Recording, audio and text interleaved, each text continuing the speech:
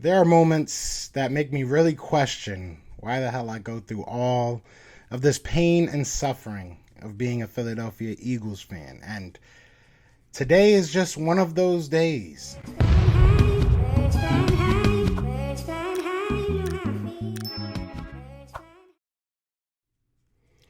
What's going on, you guys? It's your boy Joe Castro, aka Philly Fresco, and it is Philly the podcast. So, we are going to talk about this loss that the Philadelphia Eagles took to the hands of the Tampa Bay Buccaneers. Now, the Tampa Bay Buccaneers are the returning Super Bowl champions. They are 5-1. They are a very good team, and by all accounts, we probably should have lost this game. But I was saying prior to the game that I felt that this was a game we could have won simply because the Buccaneers were so beat up on defense. I felt that this offense was finally kind of getting their nose out of their rear end and really starting to click, and I was wrong. I was very, very wrong. This offense was putrid. One carry for Miles Sanders in the first half. Miles Sanders ended with 9 carries and about 50-something yards, showing that he can be a playmaker towards the end of the game. And Nick Sirianni even said it. But why aren't you running, Nick? Why is this team so stuck in the mud? Why are we so caught in quicksand that we can't get out of our own way? Our defense is actually decent. Our defense has actually played decent outside of our linebacking play. We all know the issues there. But look, man, 28-22.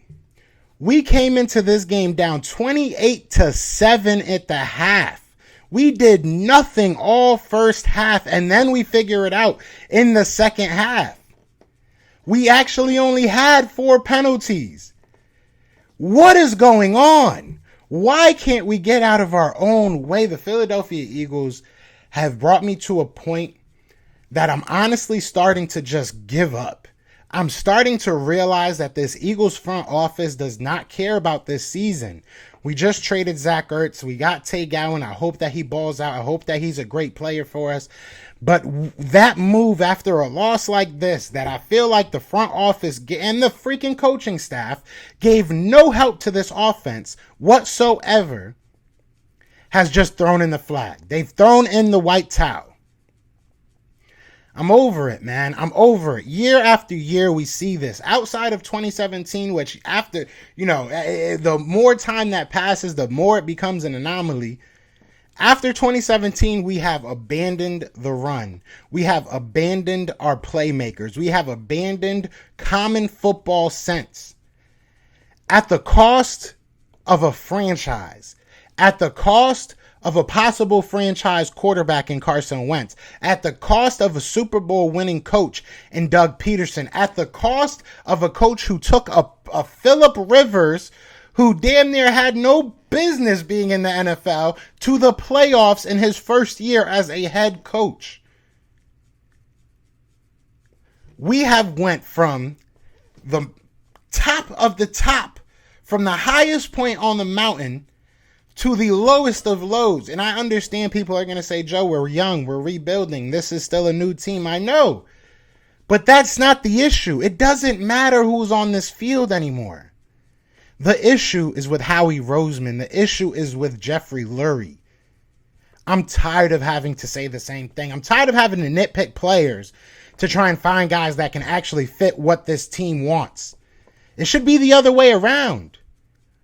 It should be the other way around. You shouldn't draft a player and then make them mold to what you want to do.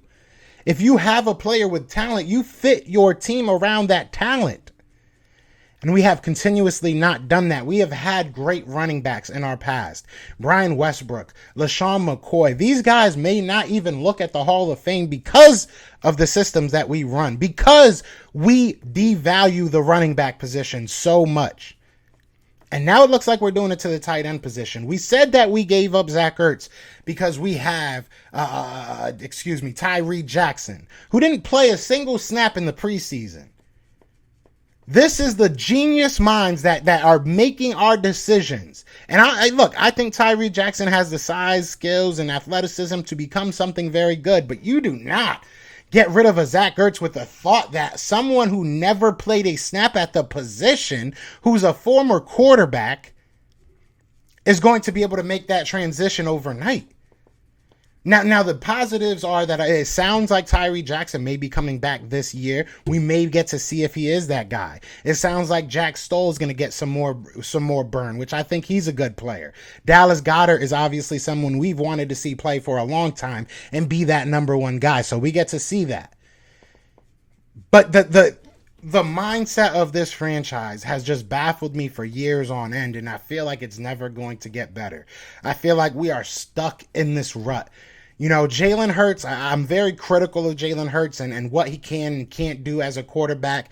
But I do that because I feel like as fans, we have to. As fans, we have to look at our quarterback and be realistic and not just fall in love with the person. We have to fall in love with the player because at any moment, these guys can be gone. And that's been shown time and time again. But it's just frustrating. It's frustrating, and I hate being this negative. If you're new, I'm usually not this negative. Usually I try to find the positive side of stuff and look at it, but there's really, what do you take from this? What do you take from this other than the fact that our franchise doesn't care about its stars? Our franchise doesn't care about the players that get us to positions. We gave all those thank you contracts, but we didn't make our team better. Zach Ertz said in his last press conference that his goal is to make the Hall of Fame, that his goal is to be one of the best tight ends of all time, and he feels that he can do that. He can continue that in Arizona. The fact that I don't want to say he didn't feel like he could, but the fact that he couldn't continue that in Philly says a lot about this staff. It says a lot about Howie. It says a lot about Jeffrey.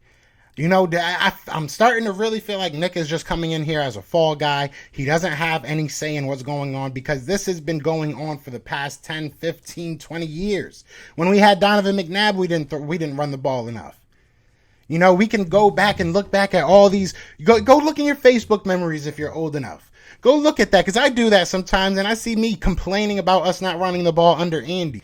You know, the only time that we actually looked like a competitive football team or a competent football team outside of the hurry up offense, which was obviously idiotic, but he ran the ball. Chip Kelly ran the ball. Chip Kelly had an offense that made sense. Our defense was in shambles. You know, so obviously it wasn't perfect. Don't get me wrong there. I'm not calling for Chip Kelly back, but at some point, this team, this franchise, this organization needs to get it together. Get your head out your butt.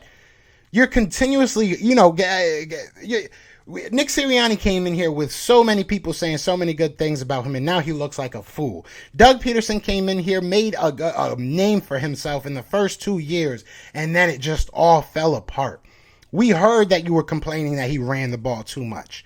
We heard that you were complaining about some of the tactics that he took, that you wanted a air raid type style offense. Well, go get you a damn coach that wants to do that. Stop putting these coaches, stop putting these players in positions to fail. I'm so tired of watching this.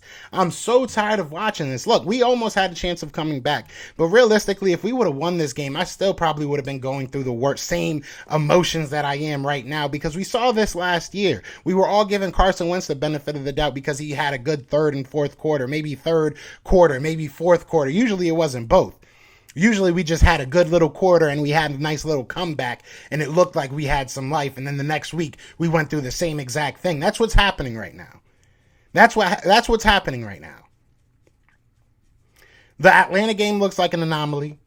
The Carolina Panthers game was lucky. That's where I'm at right now.